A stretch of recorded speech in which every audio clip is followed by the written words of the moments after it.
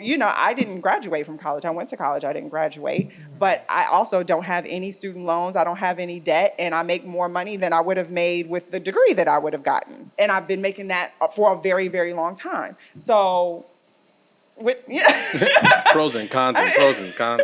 If you want to be a doctor, you got to go to school. That's your goal, right? But, if you want to be a plumber, I didn't have to even go to trade school. I wanted to learn... by the way, I didn't take plumbing in trade school. I took a construction course, which was electrical, carpentry, and plumbing. So it was a little bit of everything. And didn't know going in that I would love plumbing so much. That surprised me. Yeah, I wanted to hear about how you landed on plumbing too. But yeah, so I just, you work your way, you figure out what you want, what you love, what you're good at. And then you figure out how you can make the most money at that thing. So it's like, do you want to be a plumber or do you want to own the business? This is what comes along. Like, do that research and then work your way backwards and figure out the best way to get there. Look at that. I'm saying you're dropping these nuggets all over the place. Yeah, I'm curious because it's like your life experiences could have created just a different type of person.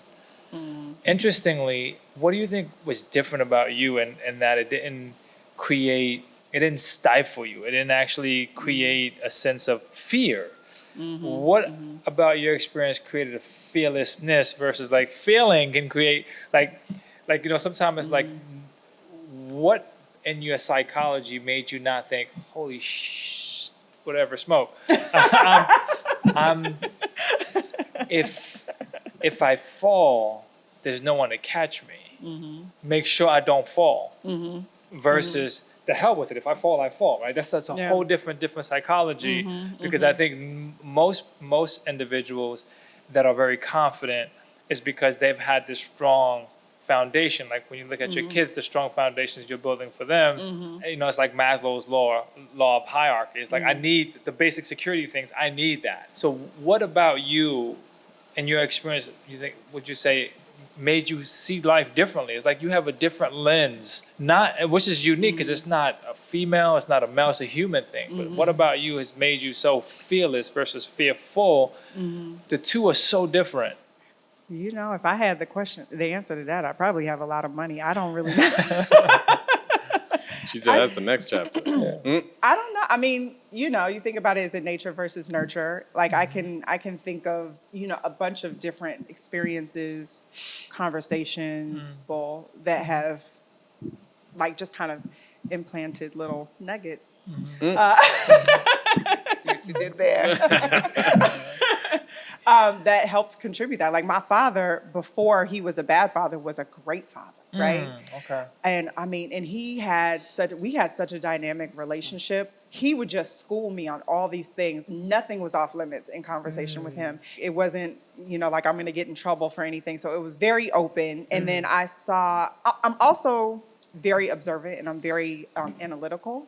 So I just look at, like when we were talking about earlier, people drinking. And I'm like, okay, so why do people drink, right? This is like literally what my mind does. It's like, okay, why do people drink?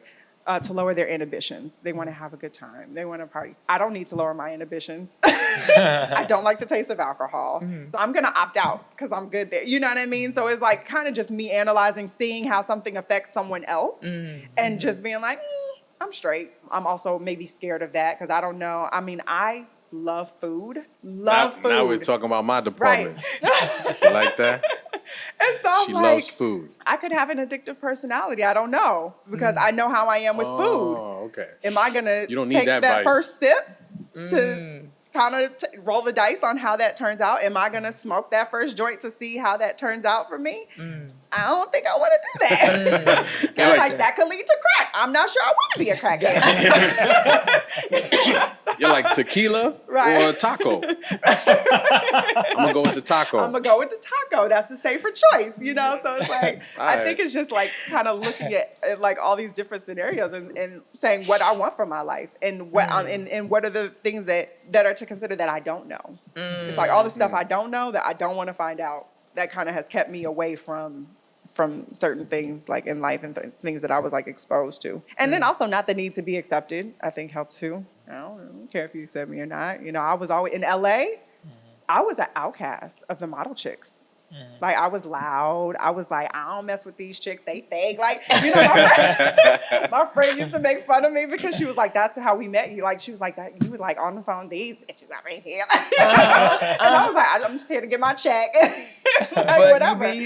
I didn't need to be accepted. And so, like, that takes a lot of pressure off of, like, all of those things that can get you in trouble are usually because you want to be accepted or, you know, whatever. And I didn't have that need. So You have a certain disposition about celebrating yourself. Just personally, something I tend to do is if I'm working on something or I'm really excited or proud of something, I whisper it. There are so many things where I've done that and then I don't even mention it. I imagine that someone might be listening to this wondering the same, right? Who might want to be an entrepreneur or they are a budding entrepreneur, but they might find that marketing is challenging because they don't want to show their face or they don't want to tell people or they aren't maybe as confident in the product or whatever it is. So I guess what's your disposition on celebrating yourself?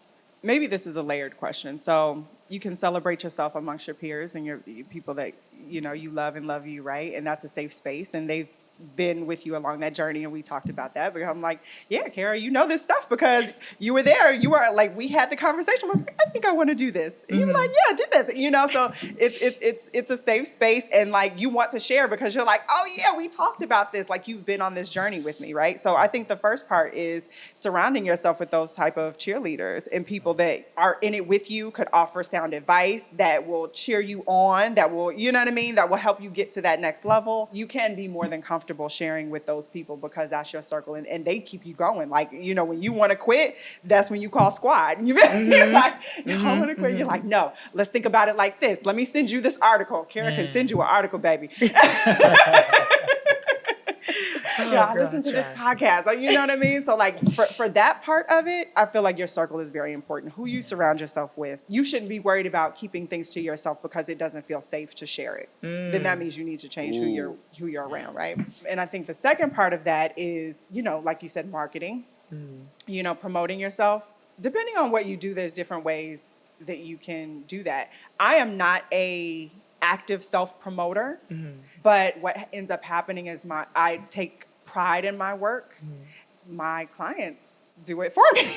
Gotcha. So, you know, I can say, oh yeah, I'm a plumber, but you know, how my business grew was probably from 3 main sources, and I just did the best job I could possibly do. And it's not just the actual work, because that's only one part of it. It's like, okay, I can do the job. I can unclog this toilet, no problem. But I'm also showing up on time. I'm also communicating very well. I'm also giving pricing ahead of time instead of surprising you with this bill. I'm also communicating what things could go wrong in advance so you're not surprised and think it's my fault when something went wrong because these pipes are old. Like, you know what I mean? So it's like all of the skills that I learned in corporate and, you know, in trade school and working for a great company. The company I started with was great and they had great customer service. So it's like taking all of those things and putting them together in order to position myself so other people can promote me because I'm not good at it. Gotcha.